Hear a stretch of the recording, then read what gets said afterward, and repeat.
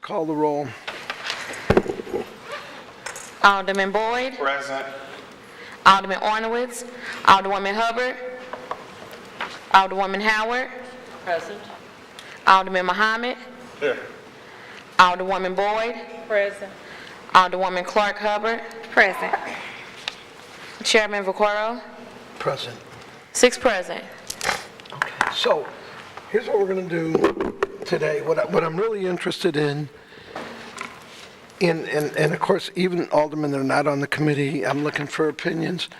We have 2 years that this committee is going to be together. And in the 2 years, there's a few things we got to address. One of them is that $1 million fund. In the past, we've given like, 10,000, 20,000 here and whatever.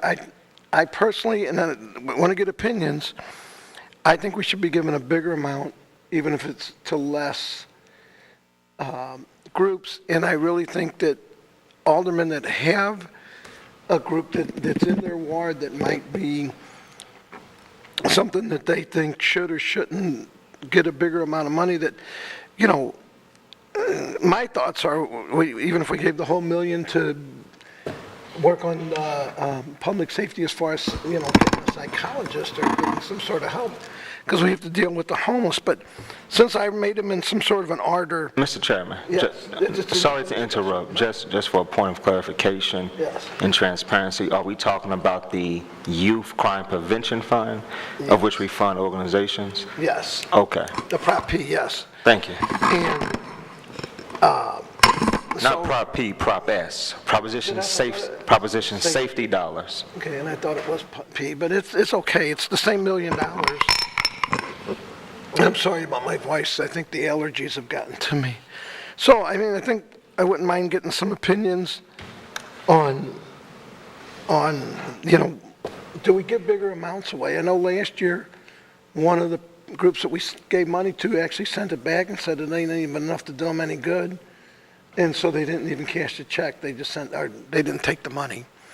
So that would be something I would like to get, and I can go through everything real quick, and then it's just an open discussion in a direction. The other problem that I see is how we deal with the homeless problem, that we can't just keep going over to,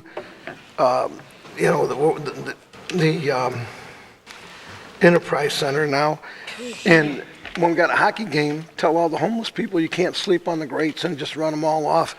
Cut the bushes down around City Hall. We have to figure out, as a public safety group, I really think we need to figure out how we actually approach the homeless problem. I'm one that felt that cutting Larry Rice like we did was not good. I think that if we don't have some sort of places and things for people to do during the day, it's a bigger problem. And I don't have the answers. I'm looking for answers. The other thing I want to really address is MSI and the Justice Center. I'm not one that believes that we should just shut it down and send everybody out. I do believe that we need a committee from this group, and I've already asked John to head that up, and it can be aldermen outside this group. It could be citizens, but we need to look into that. And these are just what thoughts I wrote, and I don't have answers, but, do we fix the facility we have? Is that just a waste of money? Whatever we do is going to require a long-term solution, not we shut it down and move people around it. That's just my opinion. As a group, I'd like to figure out how we're going to deal with crime, how we're going to deal with the gun violence that goes on in the city, and again, if we put together a group. The other thing is the mental health, with the courts, how do we work with them? So that I would love to see a mental health, and I would like to see a gun docket, and maybe we need to ask the judges if they would consider these things. The other one is the park rangers. And the only reason I bring that up, it was brought up today. I don't know what authority the park rangers have, but we need to try to give them authorities at least to be able to write a ticket if they're doing something, right now. And I could be very wrong. I thought they had more authority, but right now I think the only authority they have is to detain. So those are my thoughts. And I don't know that we need to go in any particular order unless you do, Jeffrey, whatever you think. I would just say, I would just open it up and everybody that feels like it, that's an alderman, that feels like it, that want to start giving me some thoughts and how you feel we should approach this as a group. Because this group, again, we're going to be together for 2 years, and in 2 years, I'd like to see us walk away from this saying, things are better, crime's down, homelessness is better, because we're a group. I'm one that thought that village that they had at the riverfront, other than be underwater right now, I was one that thought, well, it didn't seem like a bad deal as long as there was no real violence going on. But again, we can't just keep shuffling homeless people around. When the Pope came to town, if I remember right, I think they arrested the homeless people for vagrancy. So, and I could be wrong, but I'm pretty sure I'm not. So anyway, I'm going to be quiet and I'm just going to listen. I'd like to just, whoever wants to chime in on whatever direction and how you think we should go about this. I'm open to any suggestion. Yeah, just jump in there. We're not going to do any order. It's just jump in wherever you're at. So I was a little late coming in, but as far as the authority for park rangers, they can issue tickets and detain, and that's about all they can do. But, we talked about tackling the homeless issue, and I believe that's basically what we're going to be doing in the Health and Human Services Committee. So we'll be tackling that idea, and possibly I think my committee and I agree we want to work on maybe hiring some people in the health department if it's possible to be able to work and help people with that have mental issues, because we all know they certainly don't belong in the workhouse. And, different things. You shouldn't be sitting in the workhouse if you owe a fine. There's other things you can do. You can get out and do some community service and work that off. The only time you should be sitting in the workhouse somewhere with a bond if you've committed a serious crime that requires a bond. But I get what people say, sure, does workhouse need to be closed? It's probably older than me and my last 4 wives together. But, we have to have somewhere to put somebody first before we can do something. So, I mean, that's probably a long-range deal, but, I think, in crime, what is the answer? I mean, we can have a million discussions on the answers, but it's just it's a collaborative of many things. It's it starts at home, it starts in school. We got to somehow figure out how to keep kids in school and get them educated. And a lot of that help can come from down Jefferson City. So, but yeah, I mean, I'm all here to work on things and try and get things done in a positive manner. So. But anyway, I just want to let you know that our committee is going to be tackling the homeless situation from our end and working with Dr. Eccles. So, I mean, one of the things I saw in the paper is the new recruits are not getting paid the $6,000. They're not getting the increase. And I saw, I believe, the association suing and then yet we're 120 officers down. Well, I think, Joe, I'm not an attorney, but when you sit down and make deals, you have it written on paper. I think the new recruits, part of that Prop P money was the raise in the starting salary for recruits. So, I think that might be where the misunderstanding is. The starting salary went up in that Prop P money. And we all know that it was told that if Prop P passed, it would raise enough to give the police officers a $10,000 raise.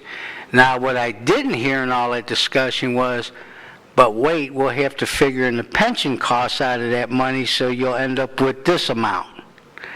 So, and the other things, I know there was something, they supposedly agreed on that 1/3 or something on-call money, which obviously, according to that, we're not abiding by. So, it's just like we keep going backwards. It goes back to when Vince Shaman was mayor. We didn't pay the police pension and fire pension for years and got sued, and they won the lawsuit, and the city had to go float bonds to pay them off. Well, So we don't want to get in that situation. well, and again, I think we need to be paying them better. I think we need to be more attractive on how we do it, and And we gotta consider too, city employees, Joe. I worked 35 years with the city. We went through years of 1.5%, 2%. We went 4 or 5 years where we got 2 to 3 weeks unpaid. We didn't get paid because it was considered an emergency. Insurance goes up every year, so city employees, they take a bath every year. They're not coming out ahead, and, I can tell you as a farmer city employee, I see why people, let's be honest, don't want to come and work for the city because you don't even get nowhere near a cost of living. That's we need to address things like that too. On crime, and I'm looking for opinions. We need, I already gave my opinion. We need more police. We need to pay them better. Education of the police. I don't know. I'm looking for opinions in what direction we go. Go ahead, Jesse. Why don't you join us at the table? Yes, I'm sorry. No, go ahead. I think we should go in order to keep down confusion. Okay, we'll go in order then. I'm sorry. Otherwise it gets crazy. Vice Chairman Boyd's out. Larry, we talked a minute ago. How about Alderwoman Howard? I think, crime in the city of St. Louis, especially violent crime, is a deterrent for people to live, work, and play in the city. And I think we need to work smarter, not harder. I think we need to look at the root causes of these. I think, as the chair recognized, some of it's education, some of it's parenting. We've got a lot of community activists that are becoming active and trying to provide services for families and youth. I think we need to probably look and maybe get some research on what are the best practices. I was reading something about a book that was written about Chicago, and I can't recall the name of it, but studied, some of the ramifications of the violent crime. And I think what we're talking about is, these all, which we know, poverty, lack of education, and I guess overall hopelessness contribute to the violent crime we have all over St. Louis. So how can we address that? I think it's going to be a combined effort, as the alderman from the 12th said, using the health resources we have to address the psychological, emotional, and physical needs of people. Health, the people standing in health and how their mental and physical health predicts a whole lot about how they interact with other people.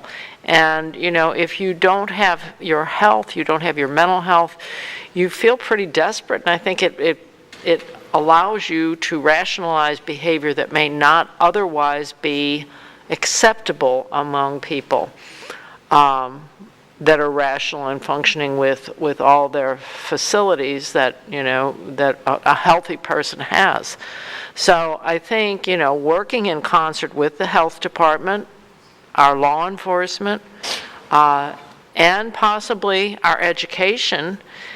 We have a new education committee. Maybe we should get together and stop working independently and work together to address some of these things citywide, because what we're doing isn't working. And I agree that our police need to be apprised and learn how to work in dynamic human interaction situations to diffuse. I think they get some of that training, but I think maybe we need to shift it to more of that diffuse mode rather than reactionary mode.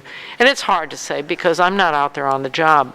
Well, and I'm going to try to get, not the chief of police, I'm going to try to get the guys on the street to come in. I don't really want the police chief coming and tell us how great things are when people are being murdered. When you got 5 people shot yesterday, 3 dead, Yes. 17 last weekend, and then they come in and they'll say, things are wonderful. Right. You know, I don't want to go for that. So I get where you're coming from. We will bring in guys on the street, not the, just like the Not association. I the don't white want- shirts only, yeah. I want guys that are willing to come up. And I think, you know, when we look at some of the people that work with us on our problem properties, I think those are people that kind of really have an ear to the ground of what's going on, because I don't know statistically, I don't have numbers, but I would say that some of our problem properties send some of our We'll bring them in. offenders to us. You know, if you don't have a good home, you don't, you know, have a ground, so to speak. You're not well grounded. So, I mean, the problem properties people might be a tool we could use, because if, I'll ask them to come in. Yeah. That's what I'm doing. I'm just taking notes okay, today. and that's about all I have. Well, I could what about talk, we the- could all talk forever on this, on speculative, but I think we need to maybe do some research And the $1 too. million fund, what do you think? We should give, like, break that into like $50,000 or $100,000? This the one where we give to the youth and Right. services? Uh-huh. Public safety. Here's, but I mean, is this the one where we actually do some youth? This is the Prop S funds? Yes. Okay. That's what I think, John. The thinks it's only, key, but it could the be- only thing that I have to say to that, and having been on the Public Safety Committee, I'm not sure that we follow up with those people that get those grants and how effective, what is their, do they track the youth? They do. They do? I couldn't remember, so I wasn't sure. It's something we changed. They're supposed to come to us to let us know the progress of what's going on. So do they? Well, we just did it last year, so Okay. yeah. Because the efficacy of those programs, I think we need to make sure that if they are doing what they're saying they're doing. I'm also taking a poll. So do you think we should give bigger amounts and less? I would have to say, I would like to see the results of what we paid for, and then move from there, because if we're giving money out and we're not getting anything in return, or we're not, you know, if we're giving money to serve 50 kids and they're only serving 10, I think we need to get our money back, or we need to find somebody that's going to do the job we expect them to do. Well, okay. And is that, I don't know until we have the results of what was allocated, I guess, that I would like to see. And if anybody on the committee that served before has that information, I'm good with that. I just don't know. I'm gonna jump up to John if we go down order, but I do, Pam, I am. We are going in order, right? Yeah, so we're gonna go down, John's next. No, I'm next. No, I'm not. Wait a minute. Howard, Or Howard, Alderwoman Howard. where, She's right here. She should have went before Howard. oh, I am so sorry. That's okay. You know what? I didn't even, That's okay, Mr. Chairman. I guess if we're specifically talking about how we would address crime, then I would echo what a lot of my colleagues have said. I think it takes a holistic approach to really addressing crime in our communities. We can add a gazillion police, but if we don't get down to the core roots and the core issues of how we got here, whether it was lack of investment in our communities, which we know as a city, the Delmore divide is real. We have done that. We have to wear that on our chest. We've done it as a city, whether it's lack of jobs, lack of opportunities, or whether it's a lack of services to just go into some of these neighborhoods and do a total assessment of what the needs are of the family. Because like I said, you can over-police a community, but if you aren't addressing the needs of that family, then it's null and void. They won't get what they need to be better people. And I spoke to this the other day. I think we need to properly educate people. And it's kind of hard to impose your morals and values on members of your community, but sometimes you have to do that because there's a disconnect within our community about what we should be doing regarding our community and how we need to take back ownership of our community. So that's something that we definitely need to work on. And in regard to the Prop S dollars, I think that throughout the city, a lot of times there are a duplication of services, and we all know that everybody can make their organization or their model look real good on paper. I mean, people can just have kids signing in, but you don't know how effective their program really is. And I think that even if it's something as simple as, if we don't have anybody to physically monitor the program, even if, you know, one day maybe this committee could take a visit to see exactly what's going on, to see those success stories, if in fact they are there. But to keep just pushing money into these organizations who look good on paper, I think we need to probably revisit that. And in regards to homelessness, of course, Biddle House was a big headache of mine, and NLEC was a big headache of mine. And I think that as a city, we need to, for one, get updated on what our goals are and what we're actually doing, because I know we're getting federal dollars to address that.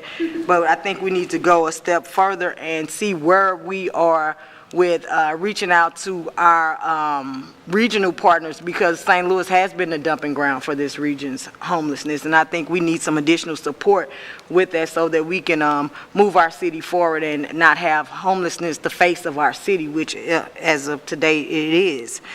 And in regards to MSI, I don't believe it's as bad as people say it is. I spent many years there with my mother when she worked there for over 30-some years, but I think it probably does need some upgrades, but it's not as easy as people think it is, where we can just let everybody out. I think if we've made the right decision to make sure that we don't have people there on minor, like city ordinance violations, then that's a step in the right direction. I think if we've agreed to get proper reimbursement for our people that are there pre-trial or whatever, then that's a good step in the right direction. And that's about it. I could probably talk about this all day, but I'll let somebody else take a stab at it. I just want to make sure if I understand everything. On the Prop S money,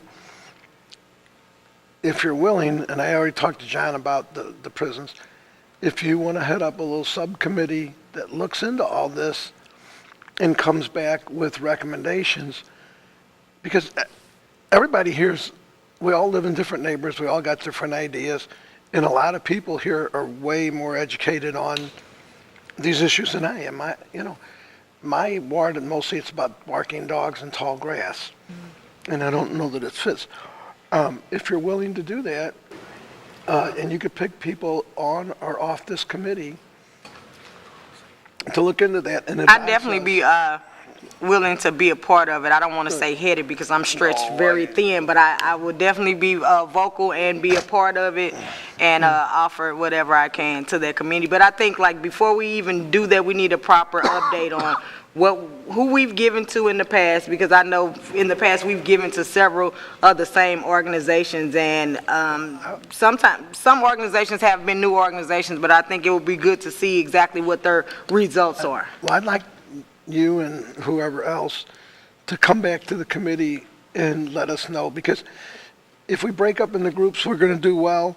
Do you think that this committee should go out into the different ward organizations or neighborhood organizations, not ward? I know all of my colleagues are as busy as I am. I don't know if we have the time to actually do that, but I think it would, for those that do have the time, it would be good to just see some of these organizations in action that we have been giving this money to, and that particular committee, or it was someone from the mayor's office that did the peer plan, or whatever monitoring agent that's in place. I forgot which one, what his name is, or which one it is. I would like to see what type of follow-up they have been doing, because they offered recommendations to this committee as well, right? Well, I'm more thinking of It was someone else. On the crime part, I'm thinking more of, should we hold neighborhood meetings with this group on crime, on what people in different neighborhoods, especially where we got a lot of the murders and stuff, what do you think we would have any benefit if we met as a group in some of the neighborhoods? I think we kind of get that representation when our chief and others go to these ward meetings and stuff, so I don't know if we would possibly open it up to that, but I think it would be good for us to get like-minded individuals together and see which direction we could go in, because what you run into, like, people look at us as leaders and they expect us to have all the answers, but I think if we can sit down and, you know, encourage people to take back their ownership, take back ownership of their neighborhoods, then that would be good. But we have a situation on our hands where people know who are doing these crimes, but there's no support or protections in place which will enable them to come and tell what's happening. And then there's a whole disconnect, like with the police department and neighbors, you know, being friendly enough with police to even talk to them from a whole community policing perspective. But I just think that before we stretch ourselves out too thin on meeting after meeting or meeting just to meet about the meeting, which we all dislike, I think we should try to work within our own group first. You know, and I agree with what you're saying. I just want to make sure we're covering everything. And I also understand what you're talking about, because I was one that, you know, with Captain Cousins in particular, felt that he could do well in the neighborhood where he's very well trusted, and he's not there because of petty politics. It's just an opinion. I could be very wrong, but I've been an advocate of that, where, you know, the police need to feel comfortable that when they talk to a police officer, that police officer isn't going to go and tell somebody else that, oh yeah, well, so-and-so. So, I mean, I get it, and it's something I think, you know, I mean, we can't run the police department, but we certainly can offer our opinion.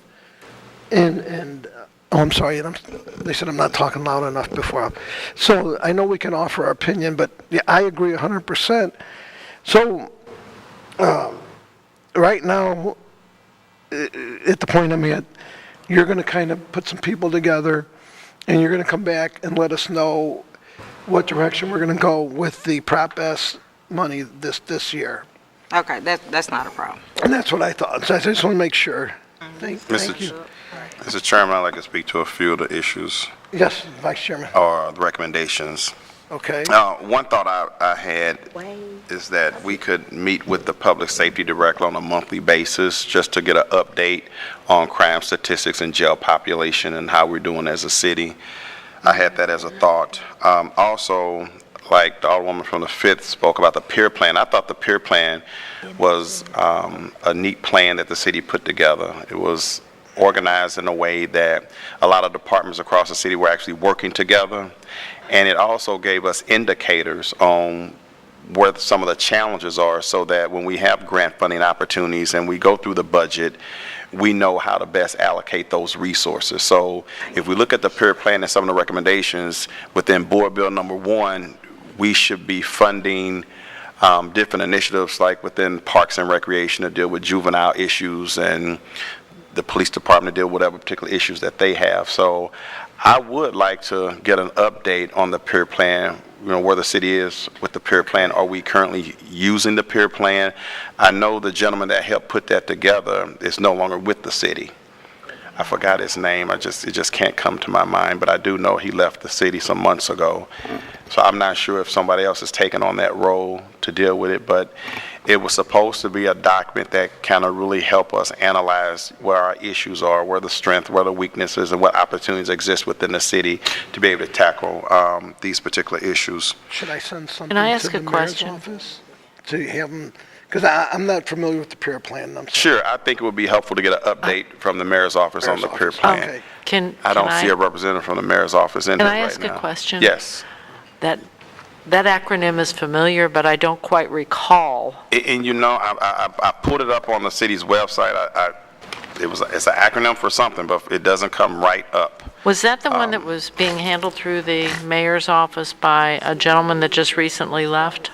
Okay, here it is. It's a plan to reduce crime through prevention, intervention, enforcement, and reentry strategy. So PEER is prevention, okay. intervention, enforcement, and reentry strategies.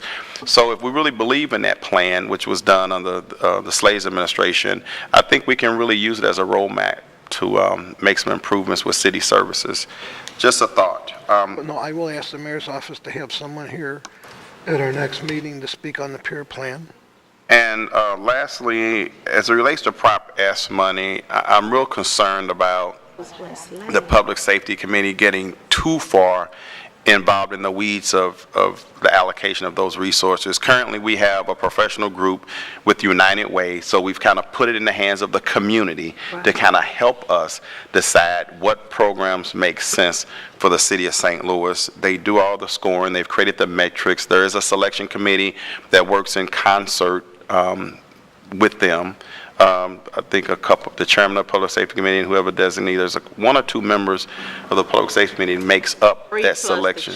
Okay, makes up that selection committee, and the Public Safety Department manages all of that. So I would be concerned if we get too far into the weeds of it. I think it would be very helpful to get an update on where they stand, what the outcomes look like. I do have concerns about how long people continue to get funding. I am a big advocate for small groups, especially grassroots organizations, coming up with great ideas and maybe needing some funding. They're right there in the neighborhood. They can, deal with the systemic change that's really necessary. But there are some organizations that just get money every year. And I'm just wondering, should we consider a limit, like no more than 5 years or what have you. But definitely evaluating these organizations to see what their outcomes have been, to see if they're really making a significant impact in the community is very important. Would you be willing to work with Alderwoman Hubbard on, because again, I think these are all things we need to look at and figure out. Sure, I'd certainly be willing to work with a subcommittee on that. Okay. But I just want to make sure that, I just kind of publicly make that statement about it, because I'm a big proponent of grassroots organization helping change our communities. I used to be part of the Catholic Campaign for Human Development, and they gave away maybe only $50,000 a year to small organizations, and they did supported reentry programs like Let's Start, for women in transition coming out of prison.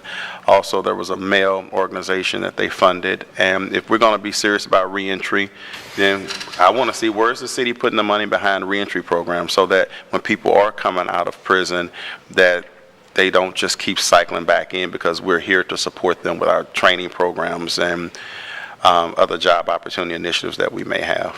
Well, you're the most senior alderman on this whole group, and have obviously way more time and intelligence about a lot of the stuff that's going on. So, I am leaning heavily on your thoughts. So, that's a fact. I'm here to back you up. I hope so.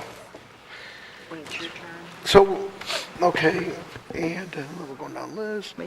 Alderman Muhammad, Yes, who's already volunteered that he's going to put together a group to come back to this committee on what his thoughts are on the jail, but on the jails, MSI and the Justice Center. Thank you, Mr. Chairman. In regards to the proposition S dollars, the organization that declined the allocation the board gave this past, this current legislative session was an organization in my ward headed by a former alderman, Antonio French, with North Campus, and we decided to give North Campus $21,000. The insurance cost to secure this grant was $18,000. So it does an injustice to small organizations who create a big change, although they are small, from getting these type of grants from the city. And I'm looking at the organizations we funded, this year, and this is my second time dealing with this proposition as funding, and we continue to fund the exact same organizations every year, giving them $45,000, $60,000, and $30,000, and we fund the exact same ones. And again, only from my 2 years of dealing with it, they have never came back to the committee and justified the money that we allocated to them. That's a problem. But we need to start marketing people who have never applied for this type of grant from the city, because even the organizations who I'm looking at now, they receive city dollars from other departments currently, just from the 5 ones I can see first. I'm about transparency. It doesn't matter to me. Gene Slade's Boys and Girls Club, Crime Victim Center, Big Brothers Big Sisters, Better Family Life, Lutheran Development Group, Matthew Dickey's. We continue to fund the exact same organizations who already received city dollars, and we are not funding organizations who are in the heart of our communities who can use these dollars more. And the low amount we give is not sufficient enough. I think we should fund Proposition S, or the appropriate title would be the Youth Crime Prevention Fund. I think that we should fund it more than $1 million, and it's really not $1 million, it's almost $900,000, because we take $100,000 allocated to the Director of Public Safety so he can pay people to monitor the program. And although United Way, they give the committee a report on who they think should get funding, but the committee does not have to listen to who they think should get funding, because United Way, and about transparency, the organization I just named, they receive independent funding from United Way. So it's as if United Way is telling the Board of Aldermen, well, let's fund the organizations we already fund because we have a good relationship with them. I'm totally against that. So I think we need to look at how we allocate Proposition S dollars. And in regards to the jails, That's going to be on you, so. right, I know the popular story is the medium security institution, and I've been in there from time to time, and I do not think that the problem is the building. I think the problem is the system that places individuals in the building. I think reforming criminal justice should be the key, not tearing down one building to build a new one, or not throwing so much money into this building to make it more attractive. And even if you talk to the inmates there, they don't care about the building. They are ready to go home and ready to be productive members of society, not sit there for 2 years. And that's a problem that sits outside the Board of Aldermen. I think that's reforming the criminal justice system, making sure our circuit attorney has the resources she needs to get people in and out of MSI or the Justice Center as quickly as possible. So that's how I feel about it. And as far as crime, I think the chief of police needs to come back before the committee. I know he did last session. I think he needs to come back before the committee and give us an update on his shapes and his crime rectangle or octagon or whatever it is. I just had multiple homicides in my ward 2 nights ago, and that is directly inside the shape or the rectangle that he continuously speaks about and promote. I would like to see real statistics on if there's a difference between the homicide rate or murder rate from this year this time, from last year this time. And I think the police department needs more resources. I know a lot of people don't like throwing money at the police department, but I would like to see more money in the overtime budget for the police department, because I would like to see the overtime budget utilized for crime, poverty, stricken neighborhoods, whether it's the 21st Ward or the 26th Ward or the 22nd. I would like to see more police officers utilized on overtime pay for our various wards. So we'll bring, in fact, we'll actually probably hold a monthly meeting for sure, where we'll ask the police and we'll ask the public safety director. That's what we're formulating today, and so I think you're right, and it's important, and these are things, and I'm learning as I go too. So was that it, or? Is that it? Just one more thing. Sure. And again, I'm just focused back on Proposition S dollars. The lowest amount we gave last year was $8,000. I'm not sure what type of impact an organization can make off $8,000, and they're going to spend at least $5 or $6,000 just on administrative costs. And we gave that allocation to the spot. And just from Googling it, it's on Laclede. I never heard of it. But apparently they deal with youth services as it relates to the medical field, and we gave them $8,000. That's a problem. But I know this is the exact funding diagram that was given to us by United Way, and that's a problem. So I think, United Way should not be dictating government business as it relates to allocations of money. I think that, Alderwoman Hubbard and Alderman Boyd could look into, and I think we should have these groups that got the money, I think we should send them a letter and ask them to come in. And ask them to come in and talk to us. Was that it? Yes, sir. Thank you, Mr. Chairman. Okay. Alderwoman Pam Boyd. You know what, let me bring clarity. That's not how that process worked. United Way received all the applications that were turned in for the Prop S, and they graded them. They graded them how they did the application. It's just like if you apply for any grant, you're graded. And if you miss this or don't do this, they take points off. And so out of all the applications, the subcommittee was sent the groups that had the highest points. And I do agree with Alderman from the 21st, a lot of those same organizations have been on there for years.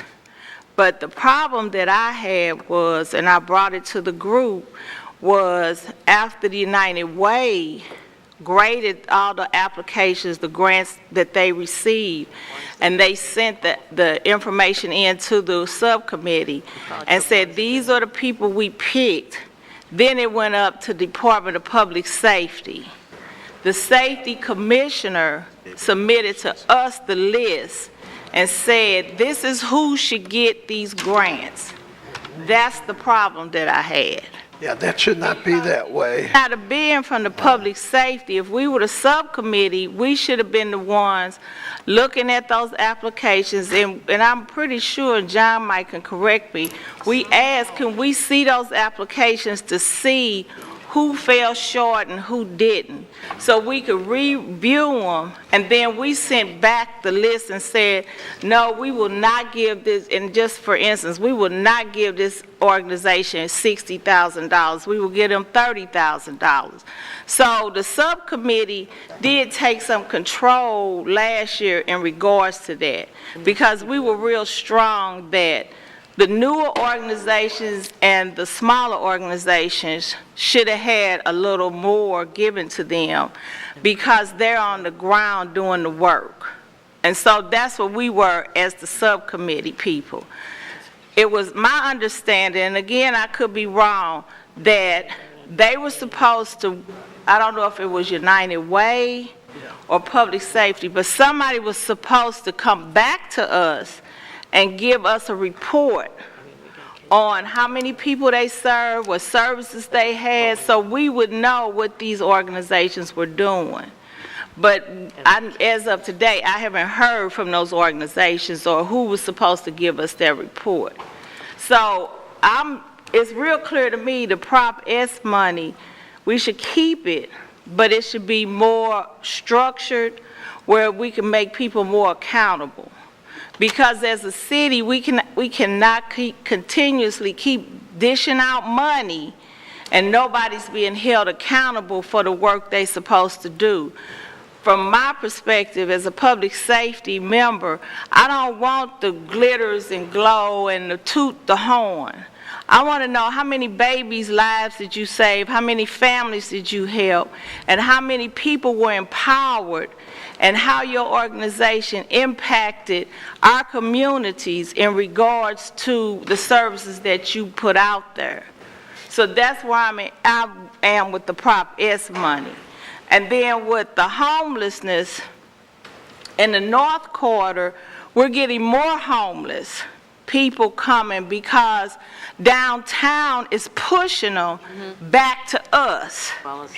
And so in the North Corridor, we're challenged because we don't have the shelters, we don't have the placements, we don't have the social service agencies that can help these people, and now we're running into pop-up shelters. And I don't know about the other people, but I'm fighting with the city because they just letting people just put cots in a church and let people sleep there. Well, that's a safety issue for me. You feed people, they get sick, get food poisoning, so that's another issue on the city. So I think homeless does need to be looked at, but we need to look at it strategically. And it was my understanding some years ago, they told me the county and city were working together. When I started challenging it, it disappeared and nobody could find these people working together to shut down the homelessness. And then on the Justice Center, I've been in the Justice Center, and I'm sorry. You know, the Justice Center is what it is, and it probably needs to be remodeled. It probably needs some upgrading, but I can't agree with shutting down that building and you have nowhere for real people that are doing bodily harm, killing families to go. So that's how you need to look at the safety of our community. And then I thought the safety committee, we were working on a civilian oversight bill last year, and we still have to finish that because it's things that need to be looked at, and we were addressing cameras. And so those were two issues that we had started looking at, and we didn't finish, so we need to finish up on that.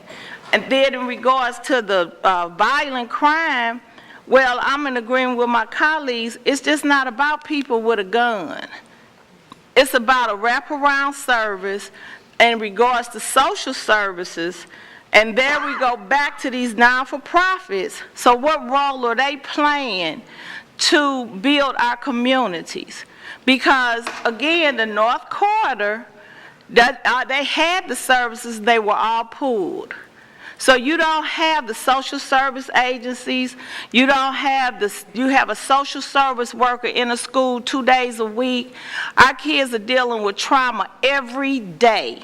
They hear gunshots, see dead bodies every day. When you talk to a grandmother that said that her grandchild has saw 5 murdered bodies, that's sad. And nobody sees it's a problem here.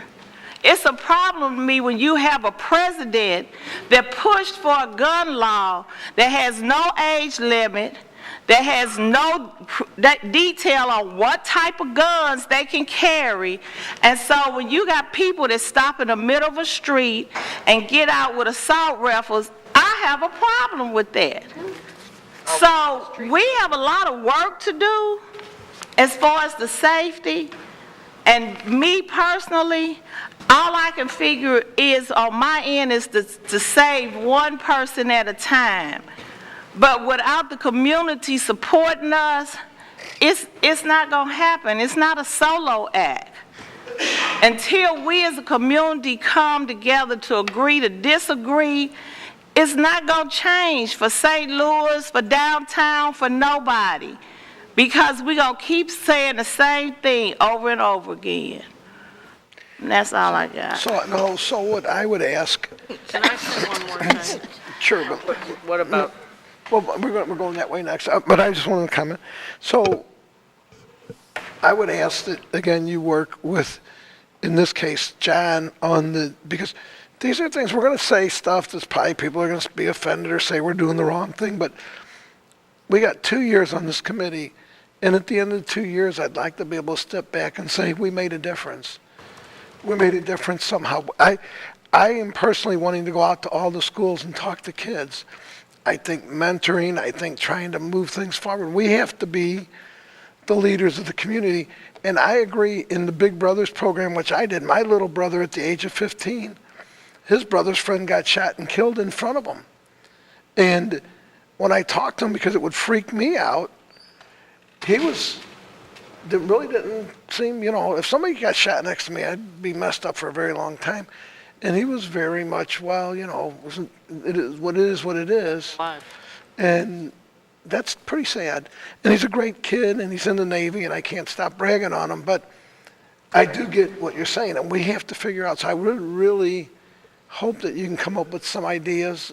And I think as a group, legislatively, even if we're doing things that people say you can't do, I think maybe we send a message by doing some stuff.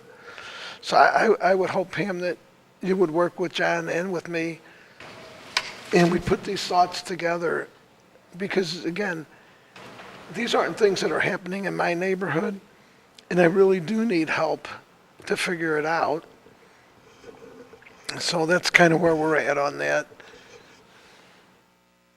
And did you want to enter? I'm finished.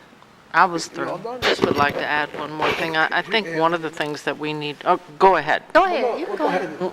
We need to look at, when kids start, many times children start crime at 7, 8, 9 years old. I would like to see some, and I know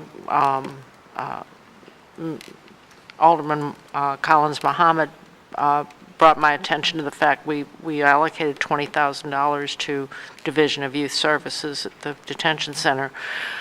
And I don't know how that money was spent, but I would like to have some way where these children that are getting arrested at an early age, to me, anybody under 12 that's getting arrested, there's something really wrong as far as what's going on with the family. And I don't want to point fingers, because it can happen to any of us, because we don't have 100% control of these little humans that the Lord gives us. But at the same time, I would like to have some sort of allocation so those families could be made whole, and that doesn't keep reoccurring, because I would like to, maybe even reach out to them if they can give us statistics on children that start in the criminal justice system under 12 years old. How much recidivism is there? Because I suspect that's where a lot of our violent criminals are coming from, because many of these young people that are getting into trouble with the violent, the gun crimes and the shootings are young people, and many of them are not new to this lifestyle. So if we could provide some support to get families back whole, I guess is what I want to say, so that we can minimize that recidivism at an early age, maybe we would see some progress citywide. We know that we're not living in the same, I'll ask climate for- we grew up in, I'll ask the for world's someone changed. from the criminal justice end come in and talk to us. Yeah, from juvenile detention, maybe Right, one of the social workers or somebody down there could come and talk to us on how many children are arrested that are under 12. Some of the statistics, we don't need personal information, but some of the statistical information. Okay. I got Okay, that. I'm sorry. thank you. So, it's okay. I appreciate you calling this meeting, Mr. Chairman. By me being new to the board and new to the committee, I've learned a lot today on the role that we play, and I echo a lot of the things that my colleagues have said, especially since we have different experiences across the board and as it relates to public safety. I agree with, of course, accountability and transparency within the organizations that we've given this money to. So I think it's great because, like the Alderwoman from the 5th said, a lot of these these organizations look good on paper, but when you go visit and when you see they're not really doing the work that they say they're doing, and that could be repurposed in better organizations that are doing the work, for lack of a better word. I think that something that's missing is the public health piece, mental health piece. What we're talking about, making sure it's holistic approaches, that's something that kind of we don't talk about it enough. I think a lot of these people are not just criminals. They don't start out criminals. They might have mental health problems, or they might make a wrong choice, and then nobody comes behind to try to turn it around and see, like you all said, what the problem is. They just lock them up. And a lot of times when people get into that system, they get worse, not better. So I think some of these things need to be absolutely addressed as a public health issue and mental health issues. I think the circuit attorney has a lot of diversion and prevention programs, and I think her office is grossly underfunded with some of the things that she, especially the new programs that she wants to implement, I think speak to all of the things that we're saying we want to do versus just locking them up. I agree with the Alderwoman from the 27th about making sure that Civilian Oversight Committee is brought back up and put in place. I think that's a great idea because, again, it keeps people accountable. It keeps people on their toes about what they're supposed to be doing and how they're helping and serving in the community.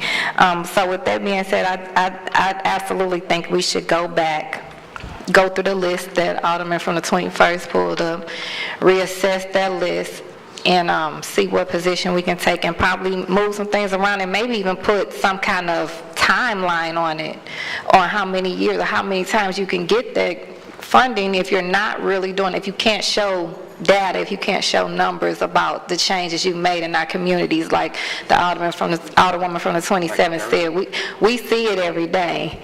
So we don't need all these presentations, we don't need the cameras and all of that. We need to know who you're helping and who you're changing, whose lives you're changing. And it starts earlier, the earlier the better. So the diversion programs and the prevention programs, I think, need to now get more funding than they've been getting in the past. And in regards to homelessness, because of, I guess, the area that my ward is, we don't have that much of a homeless problem as much as it is a drug problem. I think that me and the Alderman from the 22nd, it's a drug problem going on in our ward and out where we are that's causing more of a homeless problem. And we do have the pop-up shelters that come and everything, but it still needs to be addressed, I think, as a regional issue and not just, well, it's going on down here and it's not affecting here or whatever like that. And I don't think that I think we should assess the crimes that have been committed as to why they're in the workhouse. I don't think we can close the workhouse right now, just close it. But I do think it needs to be assessed, seriously assessed. And I've sat through presentations on both sides of that argument, and like the Alderwoman from the 27th said, it can't just be closed at this time, so I don't agree with that. So I think I talked about the three things. I would ask you to work, that you would join with John. Absolutely. At that. Absolutely. So, but let me make sure, because it's like you asking certain people. I can't remember if you asked certain people. So, who exactly are you asking to go outside of this? Because it kind of seems like you are only asking. No, John, so anybody that's wanting to work on a committee with John, even outside this committee, to come back to this. What's going to be the structure of the committee then? Is it going to be This group of people with different thoughts to go in, to come back to this committee to say, Okay. this is what I think we could make changes. Say, for instance, in MSI, we can make changes that might make things better. It's how do we try to make things better? And that's what this is about. I don't think if any one of us had the magic answer. Oh, yeah. So it's just a matter, John's kind of heading that part up, and the jail, and we got Alderwoman Hubbard heading up, looking into. If I could add in, Mr. Chairman, I think we probably do need to divide up the tasks, or if everyone would just commit to having some probably in-depth conversations about how we move forward. That's fine. Regarding everything. And we would like a diverse committee too. I mean, we want diversity on our committee. We can work on talking to each other, but I know we have to be somewhat transparent in everything we do. But maybe if you're sort of chairing the committee to look over the groups, John's going to get me a list of all that we gave to in the past. And if John's going to look into the jails, I would think that people that are interested would call John and say, yeah, I'd like to kind of work with you on that. I would hope that people are interested in, the Prop S money would call you and say, look, I'm interested in being on that. And I want to work with Pam Floyd on how we're going to address, some of the crime problems. We can't run the police department, but I would hope we could at least give them some thoughts, but crime, it's gonna, it's gonna, if we let it go the way it's going to trickle down into even other neighborhoods. I'm sorry. I didn't mean to. It's fine, it's fine, it's fine. Thank you. And you're next. Yes. We're down to the outside the group. You want to sit here so you can sit? No, you're still up. Oh. And you're still up. I didn't mean to dismiss you. I'm not as disciplined at running a meeting as some.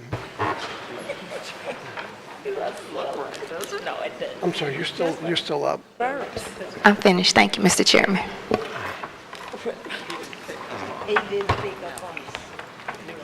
Did you have anything else you wanted to add, or? No. Oh, okay.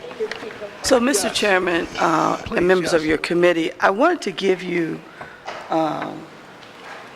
some assistance because I think as the city of St. Louis and the predicament that we're in, we need a lot of assistance. You're sitting here debating over $1 million, which is nothing compared to the problems that we have in the city of St. Louis. So for me, I have no concern about that $1 million because right now, the problems that we have are much, much larger than that. And so what is happening now, based on the concerns of various populations in the city, people are ready to come and work together. And that's what we need. We need a lot of resources. We need a lot of help to solve this problem. It is absolutely not the police's problem to solve. We do not hire policemen to be mind readers, social workers, or any of the above. We hire them to come and resolve issues that have already taken place, to clean it up. But we don't necessarily hire police officers to prevent. And that's where we've gotten away from. So what we have to do is to go back to the way we used to do it, and that was to do everything in partnership in the city of St. Louis. So your hospitals have put together committees that are now looking at holistic approaches to crime, healthcare, everything. So if someone comes to the emergency room at BJH or BJC, because there's so many children being shot, and they have to get care, they assign a social worker to that person. That person is given wraparound social service care, unlimited. So whatever is needed for that child or that individual or that family, it's taken care of. Most of us don't have a clue about that. Also, the schools have decided to do something different as well. Our clergy are willing to do whatever is needed. And you think about how many churches we got out here, there's no reason why every school can't be sound and quiet, because we have enough people who can come in and mentor. All our fraternities and sororities are willing to come together. So what I'm going to recommend, because someone offered to do this for us, because we don't have the money, the time, or the capacity to make it happen, but they are willing to organize a meeting for us that brings together all the things that we are just talked about today, but they're willing to bring data with it. They've all been data-driven institutions. They will bring the data so that they can then talk to you about needs and how they all can provide those needs at no cost to us. Also, what they want to do too is to ask us what is it that we would like to see happen, because we have not had those right kinds of conversations. Can you arrange? Can you arrange to get them here? Oh, I can arrange for for us that. to go They've there? been asking, they didn't start talking to me. They started talking to somebody else and it never happened. They've been talking for 2 years. Well, no, let's do it. So I wanted to offer it today because I had a pastor call me the other day crying because the 3 murders the other night, 2 of them were his nephews, and he said he just can't take it anymore. I was concerned, the alderwoman had an incident from the 8th Ward, and my children just told me they weren't going to visit me for Mother's Day because every time they come here, something happens to them. They're robbed, the car's stolen, something happens to them. And so they're not coming. They didn't come. But we have a lot of resources here. They have a lot of staff, they have a lot of money. They're working together, and we're not working with them. You name the time and the place, and we will have a hearing. Well, I wanted to get permission from you first. Oh, you have my permission. And I wanted the Public Safety Committee to be a part of that from beginning to end. And when you talk about data and organizations that are not providing you with data, they should never be funded again. We're going to call each one of them. Aldermen that have been here for years know we brought some to the table, and they were allowed not to provide us with data, and they got funded again. So we're not going to do that anymore. No, we're going to bring them all in, but if you would do that and organize, you let me know, and I promise we can have that meeting. We can have it as soon as you're ready to rock on it. I'll get the lead people involved, and I'll put them in touch with you and the president of the board, because this needs to be a whole board initiative with the sponsorship of the Public Safety Committee. We have got to get serious. And we've done this before. That's what I'm so concerned about. And when we first had our drug epidemic from crack cocaine, we had to go in neighborhoods and clean them up, okay? We had to get people on new tracks. We've done this before, and we can do it again. Well, I agree 100%, and that's why I want to make sure that 2 years from now, that this group can say we made a difference. Because my thing is, this group is together for 2 years. Okay. And we have 2 years, but I want to fix this Should problem. be able to make a difference. Absolutely. And everybody else has already started. All the hospitals have been out doing community meetings. They've gathered data. They've talked to residents to see what they needed. They've changed the services inside their hospitals.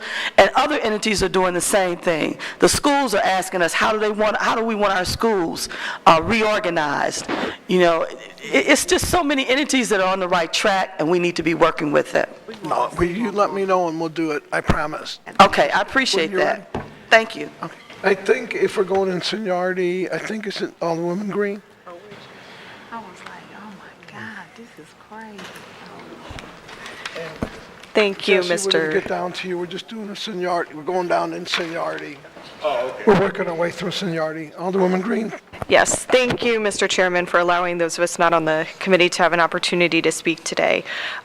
In terms of the Prop S money, if I could offer a couple of suggestions. From my previous time on Public Safety Committee, it seems that one of the things we lack is a real strategy about how we use the dollars in order to have the highest impact. And so maybe the starting point that we need is, if this is supposed to be for a youth crime prevention fund, then maybe the starting point is bringing in some experts to talk to us about youth violence prevention and what are the most effective models. And then from that, figuring out who it is in St. Louis who knows those models, is implementing those models, and working backwards from there to figure out where this money needs to go. And I think raising the dollar amount that we're giving folks too, so that it is higher impact. And I think that's what Alderwoman Howard was saying. Yes. I know we're losing committee members, but we're not voting on anything, Correct. But I want to, and I agree with you, and I think bringing in someone from the criminal justice, the kids' criminal justice, to talk and get their opinion. And I think I agree 100% with what you're saying. I think there's some folks too that we can engage that are working with Cure Violence, and one of the people who started Operation Peacemaker, which worked really well in Richmond, California, actually lives in St. Louis now. And those are folks that I think would be willing to come in front of this committee and testify and talk about some of the things that they've done that have worked in the past. If you arrange it, Okay. you let me know when you want the meeting. We'll bring them in. Okay. Because this isn't about whether me and you get along or we don't get along. This is about we got 2 years to fix this, and I want to fix it, and I want to, Right. friends, enemies, whatever, I want to make sure that we're working with everybody to move these things forward. I don't want to watch the news like I did again this morning, where 5 people are shot, 3 people are dead, 17 people last weekend. My own family is afraid to come to visit me. They live in the county. They think if they come to the city, and where I'm at, I can tell you it's every bit as safe. But these kind of negative things affect, and this group can make a difference. I got a great vice chairman, and I got a great guy in John, and a great committee, and I honestly believe, and I think you got a lot of good thoughts, and so if you got a group that would like to talk and you think would make a difference, I'd say just let me know when you want that meeting. I will work to get that set up. And then the second thing, sort of along those same lines, the Close the Workhouse folks have put together, an 80-some page document that is, I think, pretty well vetted and thought through and has a lot of data in it. And I think it might also be beneficial to have them come in front of us and talk about the work that went into their report. And I will accept that. I can tell you from a personal standpoint, I don't believe in closing that. I'm sorry. Oh, okay. And John said that they did it last session, but I'm willing to do that again. But I do think that, in polling the committee, I don't think anybody's interested in shutting that place down. But I think it's more a discussion of what is the path that we can be taking to reduce population, and what is the jurisdiction of the Board of Aldermen and our role in that's right. being And able I to do have that. relationship with some of the judges, and I'm going to actually ask the judges to come over and talk, even though they're not bound to have to talk to us. I do think they would have some insight, but I'm certainly willing, if you want to set it up, if you're wanting to set it up, we'll have them come in and talk. What I would ask is that the one or two people talk on it, that we don't bring in a whole bunch of people for a show. Right. If they want to come in and present, we'll listen, and maybe there are some thoughts and ideas that we can take from them. John is going to be directly working with that, so. Okay. And when it comes down to it, he's going to come back with the suggestions, but I'm sure he would take notes and listen through that. Sounds good. Those are my main things for, I guess last thing that I would echo is kind of on the drug usage issue. I mean, we're having pretty substantial issues in the 15th Ward as well with heroin. And, we can't leave porta potties out without waking up in the morning and somebody in there who is, not in good state. Yeah. And I think that, whether it's through this committee or Health and Human Services or a coalition of those two committees, that we need to figure out a better plan for this city in addressing some of the... We don't even have a drug task force, and until they give us a drug task force and I agree, and there's a lot of good people. I had plenty of employees that worked for us at the car wash that died just because, they got hung up on the stuff, got over it. They came out of work release. One, which was a good friend of mine, started a family, doing a great job, had a tooth pulled.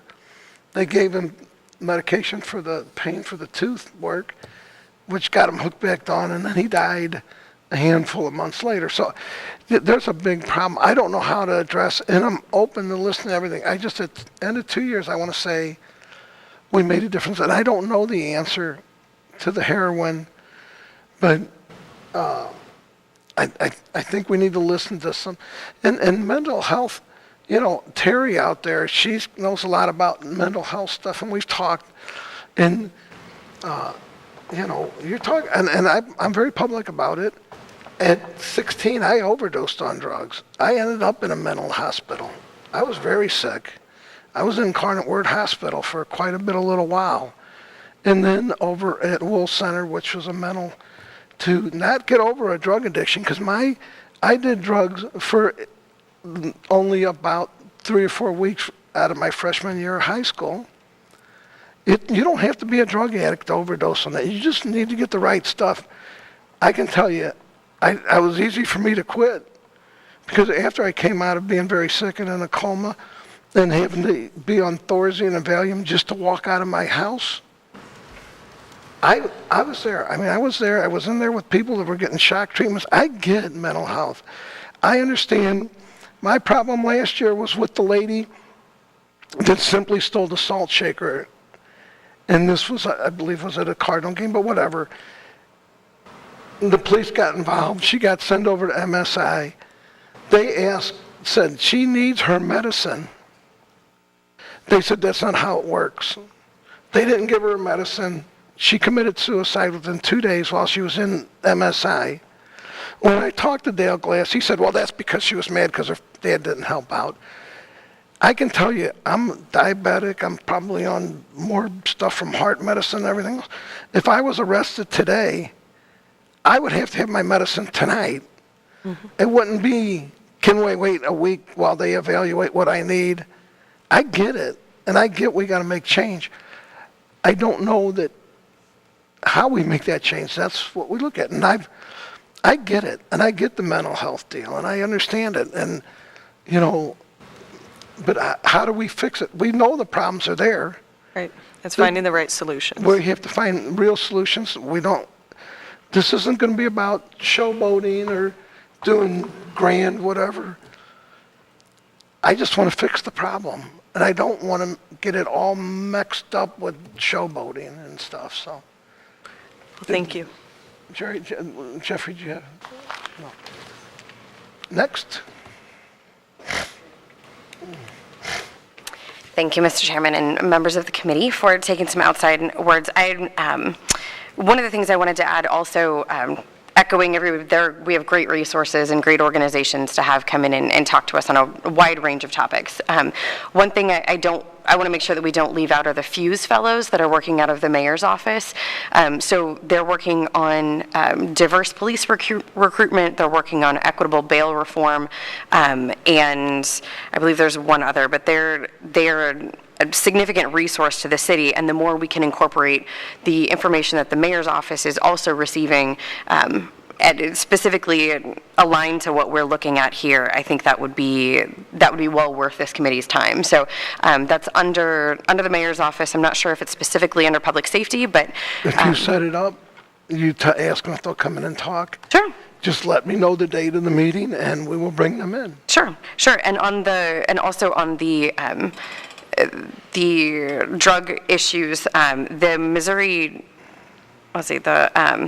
Network for Opiate Reform and Recovery, they do good work here in the city as well, and they're a great resource to have come in and talk about what we have established and what types of programs maybe we should be looking at. They're pretty successful in what they do, and getting Narcan out there to folks and getting people into actual long-term treatment and recovery. So.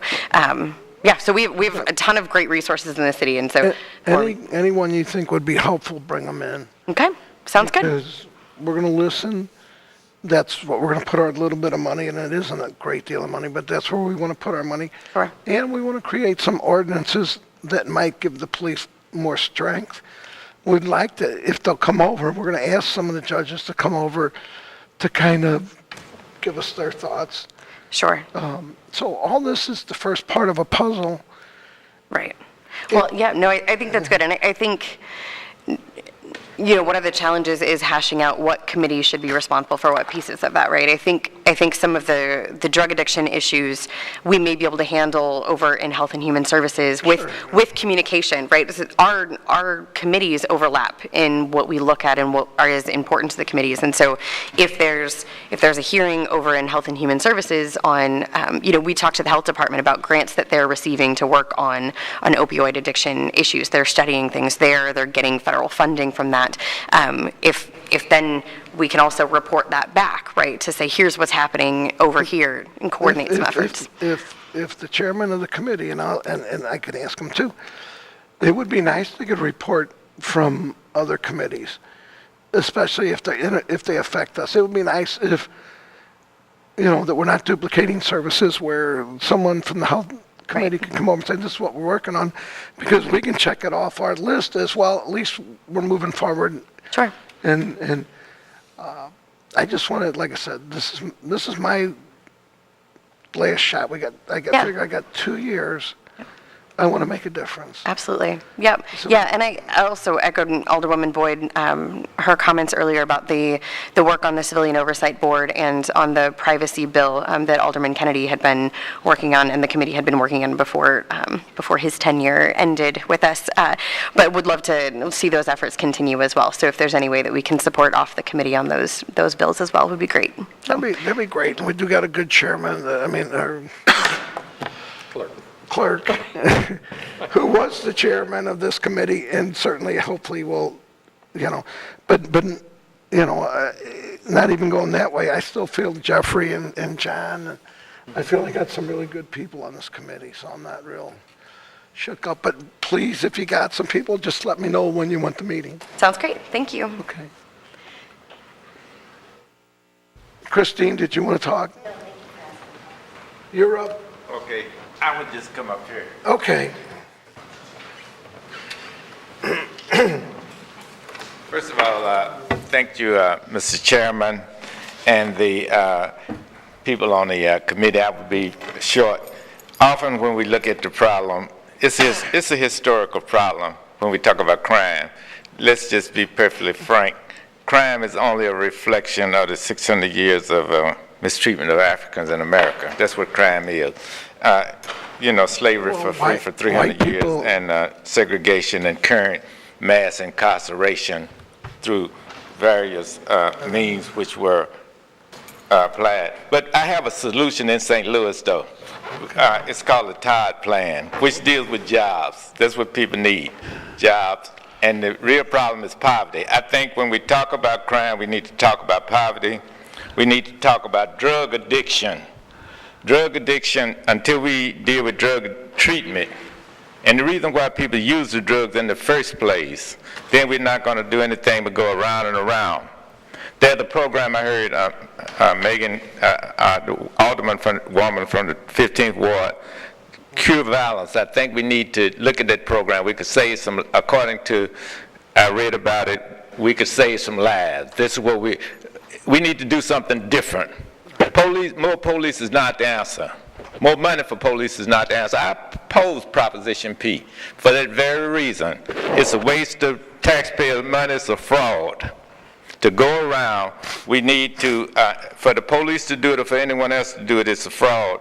Not in my opinion. It hasn't worked in the past. It is not going to work. We have parks in our ward that don't have any activities, for example. We need to teach people, we need to stop telling people what not to do and start telling them what to do. They can't have a job and be out there killing each other at the same time. They can't be being treated for drugs and doing the same thing. They can't be involved in constructive activities, not getting high, not doing anything that's trying to change any of these forms of drugs, but constructive activities. At the bottom, I would like to pass out this Todd Plan. At the bottom, it shows where a study said that all of these programs, I won't read them all, but we have vacant buildings in our community. We could fix them up. That'll create jobs. We have I will pass this out. No, I was going to ask you, if you give that to your secretary, have her email everyone, not just us, the whole board. Oh, okay, then great. Plan.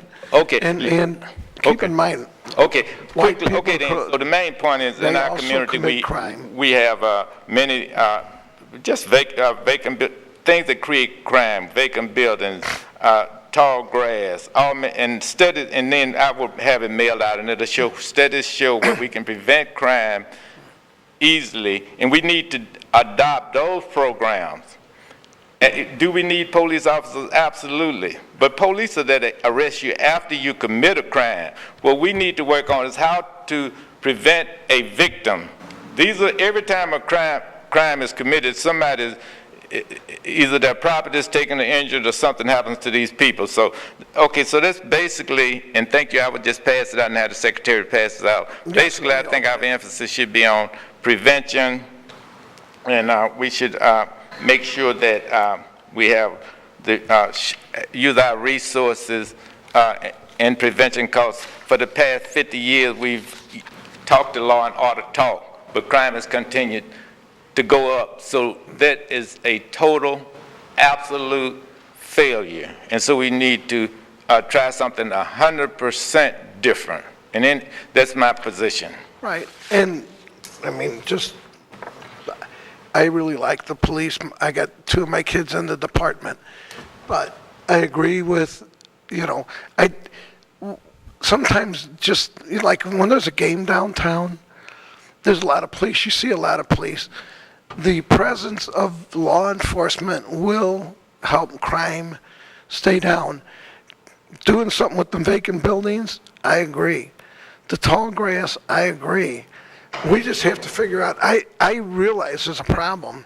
Let me answer your question about in our community, and I've been there all my life, police take a report on the phone. They don't even, most times, my biggest problem as committee man for 23 years, we're living in the ward, working as a neighborhood worker, involved in the ward as a school teacher. I started there and I retired there in the ward. So, in the neighborhood worker, community organizer, neighborhood developer, just to name a few things I've done in the community, block unit president, neighborhood association president. The police, first of all, I agree with you. If they would patrol the area, yeah, but if they would be visible. I've gone to Jimmy Edwards, I've gone to Hayden and told him we have open dope markets for 50 years in that same area. You think the police will get out there and walk? No. The same thing with, and then we put, private person put a camera there and now the dope dealers are gone. So what is my point? I'm agreeing with you. If the police would do what they can do, which is be visible, visibility help. I like the police. I don't want anybody to tell me I don't like the police. I didn't say that. I don't want the police going around parading as if they're there to prevent crime. They're not there to prevent crime. They're there to lock a person up if they suspect a person has committed a crime. To prevent crime. See, they for the last 50 years, they've been like night out. They tell me that's going to prevent crime. It's not going to prevent crime with more police. No, that's all I'm saying. No, but I agree. if they would patrol, if they would be more visible, I'm agreeing with you. Absolutely, but they haven't. There's things that I would like to see. I would love to see. When I was running for sheriff, the one thing I kept saying is, we need to get to the kids. When I was growing up, we had Officer Friendly. At least he came to the schools, and at least we could identify. There's things that they can do that I would hope they would do.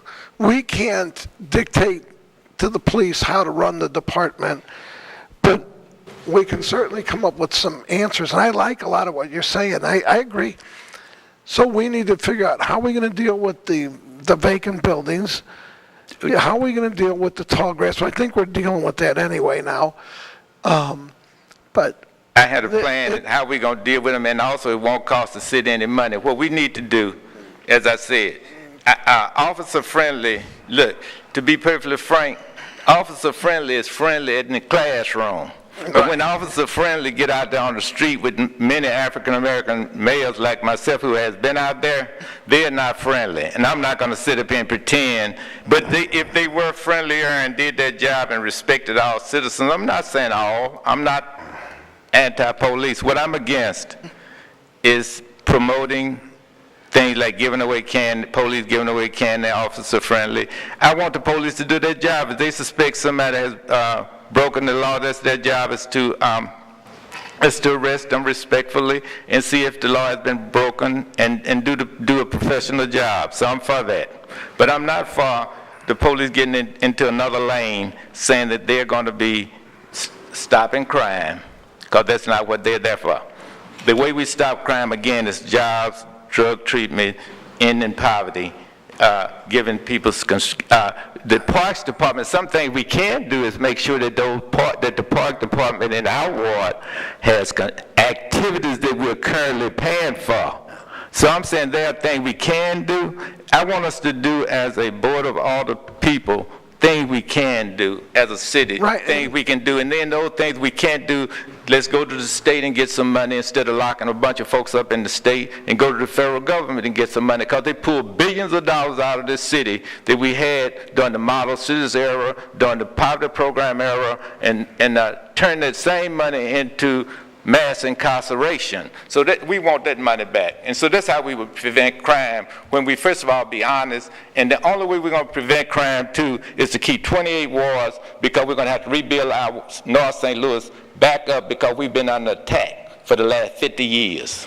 That's how we can do it. And that's by the way, that's a crime. Well, I'm going to read that. I hope you participate with us in this committee. And I would give the secretary this. Yes, so everybody gets it, because it got running a lot later than what I told everybody. We lost a lot of committee members. Right. Well, I'm going to be participating, but as I said, we need to get rid of everything we tried and that has failed and try something new, because we shouldn't continue throwing money down the rat hole when it's not working. That's a waste of taxpayers' money. I agree. I think that was pretty much it. Any of the other alder people here that are still here? Okay, then I think we're going to go ahead and adjourn the meeting, but thank you all. And I look forward to working with everybody. So meeting's adjourned.